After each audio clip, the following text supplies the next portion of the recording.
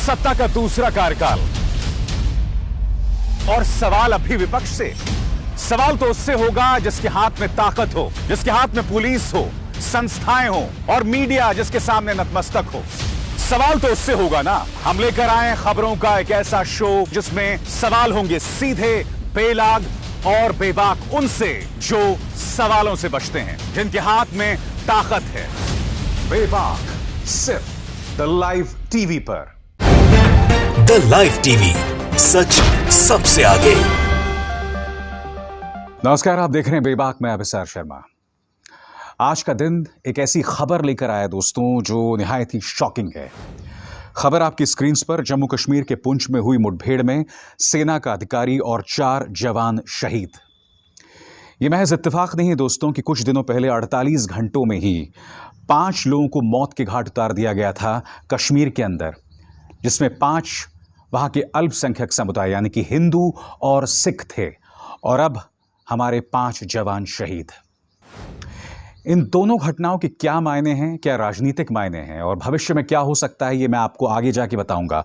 मगर सबसे पहले दोस्तों आपकी निगाह में खींचना चाहूंगा इस बड़ी खबर की ओर जिसने हर भारतीय को शॉक किया है।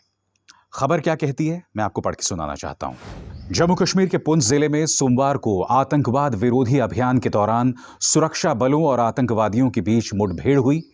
तलाशी दल पर आतंकवादियों ने जबरदस्त फायरिंग की। मुठभेड़ में सेना के एक अफसर और 4 अन्य जवान शहीद हो गए, रक्षा सूत्रों ने जानकारी दी है। सूत्रों ने बताया है कि आतंकवादियों की मौजूदगी की खुफिया सूचना मिलने के बाद आज सुबह तड़के सुरनकोट में डेरा की गली के पास एक गांव में अभियान शुरू किया गया। इस दौरान छिपे हुए आतंकवादियों ने तलाशी अभियान में जुटी टीम पर भारी फायरिंग की, जिसके चलते एक जूनियर कमीशन्ड अधिकारी JCO और 4 अन्य जवान गंभीर रूप से घायल हो गए। गंभीर रूप से जख्मी होने से उनकी मृत्यु हो गई। रक्षा विभाग के एक प्रवक्ता ने बताया है कि आखिरी रिपोर्ट मिलने तक आतंकवादियों के साथ मुठभेड़ जारी थी। अधिक जानकारी की प्रतीक्षा की जा रही है। अधिकारियों ने बताया कि भारी हथियारों के साथ आतंकवादियों के नियंत्रण रेखा पार कर चरमेर के जंगल में छुपे होने की खबर मिली थी। मौके पर अतिरिक्त बल को भेजा गया है ताकि आतंकवादियों के निकलने के सभी रास्ते बंद किए जा सकें। अगर आप इस खबर पर गौर करें दोस्तों, तो इसकी एक पंक्ति मेरा ध्यान खींच रही है। वो कहती है कि अधिकारियों ने बताया कि भारी हथियारों के साथ आतंकवादियों के नियंत्रण रेखा पार कर चरमेर के जंगल में छुपे होने की खबर मिली थी। क्या आप ये सोच सकते हैं कि पिछले कुछ दिनों से लगातार ये घटनाएं क्यों बढ़ रही हैं? क्या आप बता सकते हैं कि लगातार आतंकवादी जो हैं इतने बड़े पैमाने पर LOC पार करके जम्मू कश्मीर क्यों रुख कर रहे हैं? क्योंकि हमें नहीं भूलना चाहिए कि आज से कुछ ही दिनों पहले की बात है, 48 घंटे में 5 लोगों को कश्मीर के अंदर मौत के घाट उतार दिया गया था। इनमें सतिंदर कौर और दीपक चांद नामक 2 शिक्षक थे। इन्हें भारत सरकार ने यह जिम्मेदारी दी गई थी कि 15 अगस्त को सभी को देशभक्ति के गाने गवाएं। ये सिर्फ भारतीय सरकार का फरमान आगे बढ़ा रहे थे और आतंकवादियों ने इन दोनों को मौत के घाट उतार दिया। उसी तरह से एक कश्मीरी पंडित माखनलाल बिंद्रू को भी आतंकवादियों ने मौत की घाट उतार दिया। आज मेरे सवाल हैं कुछ मोदी सरकार से। आपने तो वादा किया था कि पहले नोटबंदी ने आतंकवादियों की कमर तोड़ दी है, आतंकवादियों की पूरी व्यवस्था को धराशायी कर दिया है। क्या हुआ? उसके बाद आपने कहा धारा 370 हटाए जाने के बाद आतंकवादी बिल्कुल न के बराबर हैं। मगर अब ऐसा लग रहा है दोस्तों, हम 90 की दशक की तरफ बढ़ रहे हैं। और 90 की दशक में क्यों कह रहा हूं? क्योंकि ये वो दौर था जब कश्मीर का ये काला अध्याय माना जाएगा आतंकवाद की निगाह से। ये वो दौर था जब भारी तादाद में हमारे कश्मीरी पंडित भाई बहन मजबूर हुए थे श्रीनगर से, कश्मीर से जम्मू का पलायन करने की ओर। इत्तेफाक देखिए, जब कश्मीरियों का बड़ा पलायन हुआ था उस वक्त सत्ता में VP सिंह थे बतौर प्रधानमंत्री। सत्ता में भागीदार थी BJP और उस वक्त जम्मू कश्मीर के गवर्नर थे जगमोहन। जी हां, जगमोहन, जो कि बाद में जाके BJP के नेता भी बने। और अब BBC की इस खबर के मुताबिक जैसे ही उन 5 लोगों को मौत के घाट उतार दिया जाता है, 2 चीजें सामने उभर कर आती हैं। पहली बात यह कि बड़ी पैमाने पर अल्पसंख्यक यानी कश्मीरी पंडित सिख अब कश्मीर से पलायन कर रहे हैं। यानी कि 90 के दशक के बाद अब जाकर ऐसा हो रहा है दोस्तों, अब जाके ऐसा हो रहा है। और यह बावजूद इसके दोस्तों कि इससे पहले भारतीय जनता पार्टी के प्रचार तंत्र ने देश को एक झूठ बताया था। और वो झूठ क्या था? वो झूठ इन्होंने ये कहा था कि एक अरसे के बाद जन्माष्टमी का पूजन हो रहा है श्रीनगर की ओर, जबकि ये काम 90 के दशक से अब तक श्रीनगर में लगातार होता आया था। कुछ 2-3 सालों को छोड़ के, जब आतंकवाद को लेकर हालात बहुत गंभीर थे, उन 2-3 सालों को हम छोड़ दें तो जन्माष्टमी का जो जश्न था या उसको लेकर जो तमाम फेस्टिविटीज थी, त्योहार के दौरान जो जश्न मनाए जाते थे, वो श्रीनगर में हमेशा मनाए जाते थे। मगर जैसे कि आप जानते हैं, बीजेपी की खासियत है प्रचार करना, काम नहीं करना मगर प्रचार जोरों से करना। तो ये प्रचार किया गया था कि देखिए साहब, हालात इतने अच्छे हो गए श्रीनगर के अंदर कि जन्माष्टमी का जश्न मनाया जा रहा है। अब क्या हो रहा है मुझे बताइए ना। ये महज इत्तेफाक नहीं हो सकता दोस्तों कि पहले 5 आम नागरिकों को, जिसमें टीचर्स थे, उन्हें मौत के घाट उतारा जाता है और उसके बाद हमारे 5 सैनिकों को मौत के घाट उतार दिया जाता है, वो शहादत हासिल करते हैं। ये लोग ना सुरक्षा दे पा रहे हैं, मौत के बाद जो एक मृत्यु में इंसान को गरिमा देने की बात होती है वो तक नहीं दे पा रहे हैं, मगर प्रचार जोरों से होगा, प्रचार बहुत जोरों से होगा। और मैं बताता हूं इसका क्या प्रचार होने वाला है। क्योंकि 5 महीने बाद उत्तर प्रदेश में चुनाव है, मैं आपको दावे के साथ कह सकता हूं दोस्तों, कश्मीर में हालात जैसे जैसे बदतर होंगे, उत्तर प्रदेश के अंदर इनका जो चुनावी तापमान है, चुनावी पारा है, इसे लगातार बढ़ाया जाएगा। क्योंकि आप जानते हैं उत्तर प्रदेश में लॉ एंड ऑर्डर को लेकर आदित्यनाथ सरकार घेरे में है। लखीमपुर खीरी में जिस तरह से इन्होंने किसानों को रौंद दिया, उस बात को लेकर पश्चिमी उत्तर प्रदेश और पूर्वी उत्तर प्रदेश में किसानों में जबरदस्त नाराजगी है। अब इनके पास एक ही तरीका बचा है, यही कहा जाए 2 तरीके बचे हैं। पहला, हिंदू और मुसलमानों में किसी तरह से तनाव पैदा किया जाए, सांप्रदायिक जहर पैदा किया जाए। और दूसरा, कश्मीर में कुछ ऐसे हालात हों जिसका असर यहां उत्तर प्रदेश में हो। क्योंकि 2019 के लोकसभा चुनावों में क्या हुआ था दोस्तों?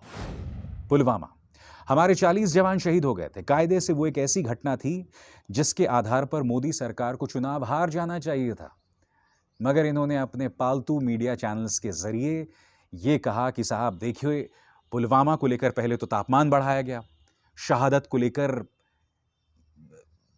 देश की जनता में एक किस्म का एक इमोशनल मायाजाल पैदा किया गया। उसके बाद कहा कि हमने बालाकोट में हमला करके उसका बदला ले लिया है, जबकि खुद वायुसेना प्रमुख कह रहे थे कि मेरे पास कोई प्रमाण नहीं है। और फिर इंटरनेशनल रिपोर्ट्स आई कि भारत ने जो बालाकोट के अंदर पेलोड गिराया था या जो हमला किया था, उससे वहां कोई नुकसान नहीं हुआ है। खुद हमारे वायुसेना प्रमुख कह रहे थे कि मेरे पास कोई प्रमाण नहीं है कि कितने आतंकवादी मारे गए हैं। मगर उसके जरिए इन्होंने जो प्रचार पैदा किया था अपने न्यूज चैनल्स के जरिए, इन्हें जीत हासिल हो गई। जबकि फ्रंटलाइन की ये रिपोर्ट कह रही थी कि पुलवामा के हमले से पहले 1 नहीं 2 नहीं बल्कि 1 दर्जन चेतावनियां मिली थी भारत सरकार को कि आतंकवादी हमारे सुरक्षा बलों पर हमला कर सकते हैं, आतंकवादी हमारे सुरक्षा बलों को मार सकते हैं। उन 11 की 11 चेतावनियों को इन्होंने खारिज कर दिया था, नजरअंदाज कर दिया था। और नतीजा आपके सामने है, हमारे 40 जवान मारे जाते हैं, उससे कोई सबक नहीं लिया जाता है। हां, सैनिक की शहादत का इन्होंने बेजा इस्तेमाल किया। याद है आपको प्रधानमंत्री नरेंद्र मोदी ने एक चुनावी रैली में किस तरह से पुलवामा के शहीदों पर शर्मनाक तरीके से वोट मांगे थे? याद कीजिए। मैं जरा कहना चाहता हूं मेरे फर्स्ट टाइम वोटरों को, क्या आपका पहला वोट पाकिस्तान के बालाकोट में एयर स्ट्राइक करने वाले वीर जवानों के नाम समर्पित हो सकता है क्या? दुख की बात यह दोस्तों कि प्रधानमंत्री नरेंद्र मोदी अपनी पुरानी बातें भूल जाते हैं। मैं आपको याद दिलाना चाहूंगा कि एक जमाने में इन्होंने ये कहा था कि उस देश में जय जवान क्या कहना जब जवान की अपनी सुरक्षा नहीं है। प्रधानमंत्री, ये आपका बयान था, अपने बयान को तो याद कर लीजिए। अब मेरे 5 जवान शहीद हो गए हैं, अपने बयान भी आप भूल गए। सुनिए प्रधानमंत्री ने क्या कहा था एक जमाने में। सेना का जवान अगर सुरक्षित नहीं है तो हम किस मुंह से जय जवान के नारे लगा रहे हैं। हकीकत यह दोस्तों, प्रधानमंत्री नरेंद्र मोदी के दावों को अभिसार शर्मा या कोई जो गिने चुने पत्रकार है वो एक्सपोज नहीं कर रहे हैं। प्रधानमंत्री के दावों को खुद उनके पुराने बयान एक्सपोज करते हैं। चाहे चीन को लेके उनका बयान हो, लाल आंख दिखाना चाहिए, चाहे प्राइवेटाइजेशन को लेकर इनका बयान हो, चाहे नौकरियों को लेकर इनका बयान हो, चाहे महिला सुरक्षा को लेकर इनका बयान हो। आज की तारीख में जो हालात हैं, प्रधानमंत्री के पुराने बयान खुद उन्हें एक्सपोज कर रहे हैं। सुना ना आपने उन्होंने क्या कहा सैनिकों के बारे में। अब क्या हो रहा है आप मुझे बताइए। मगर मुझे खुशी इस बात की है दोस्तों कि आम इंसान जो है वो इन आतंकवादियों के सामने झुकेगा नहीं। माखनलाल बिंद्रू की बेटी डॉक्टर समृद्धि बिंद्रू, उन्होंने कहा कि आप मेरे चेहरे को देखिए, आपको मेरे इस चेहरे में डर दिखाई देता है क्या? देखिए किस बेबाकी से उन्होंने आतंकवादियों को करारा जवाब दिया। मैं चाहूंगा आप इस बहादुर बेटी की बात सुनिए। Makhalnal Bindru will be alive in the spirit and Mr. who shot my father dead while he was working. If you have the guts and courage, come in front and have a debate, have a face-to-face debate with us. Then we'll see what you are.